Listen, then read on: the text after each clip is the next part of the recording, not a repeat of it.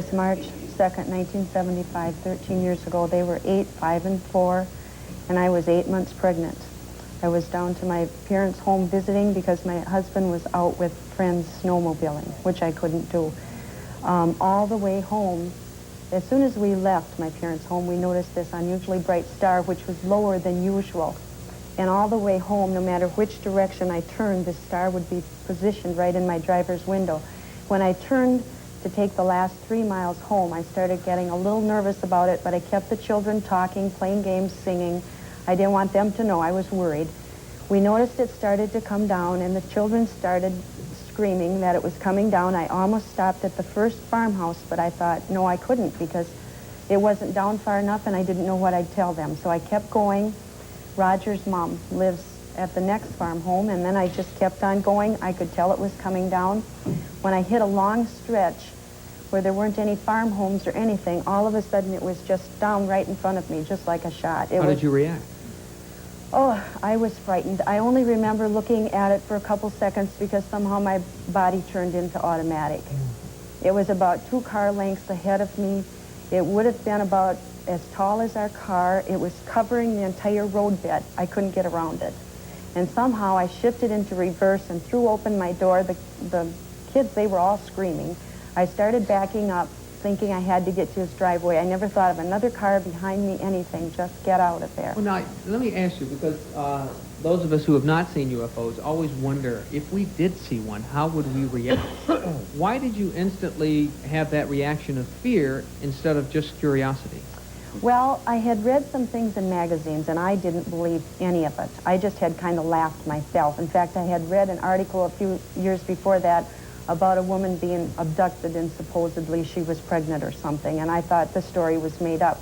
Well, my first thought was, I was pregnant, and here was something I was seeing in front of me, just like it had come out of a comic book. I was seeing what I had been reading about, and it scared me half to death.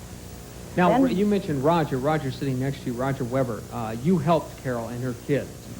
She came to your house, or? It was at my mother's house, and Okay. I was visiting with my mother at the time.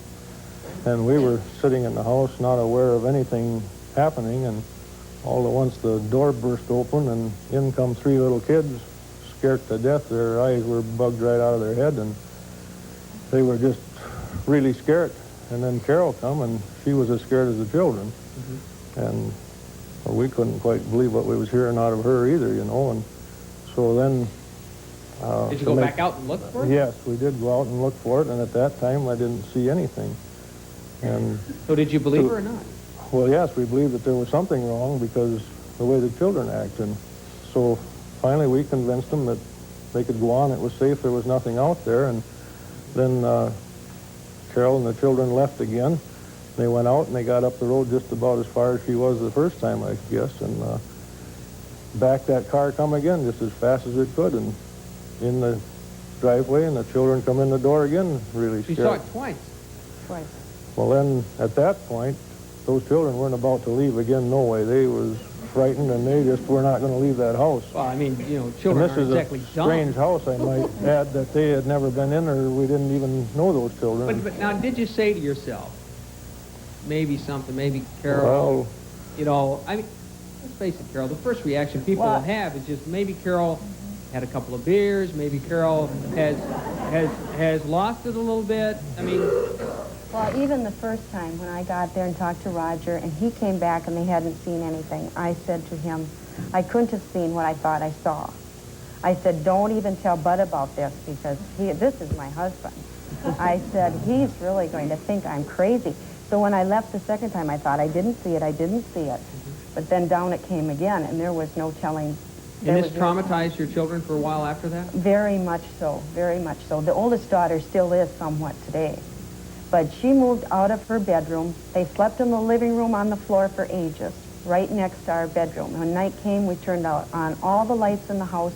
If they wanted to go to the bathroom or lunch anywhere, I had to go with them. In fact, Bud couldn't get me to go out of the house and take the car for about a year. Okay, if this was such a traumatic experience...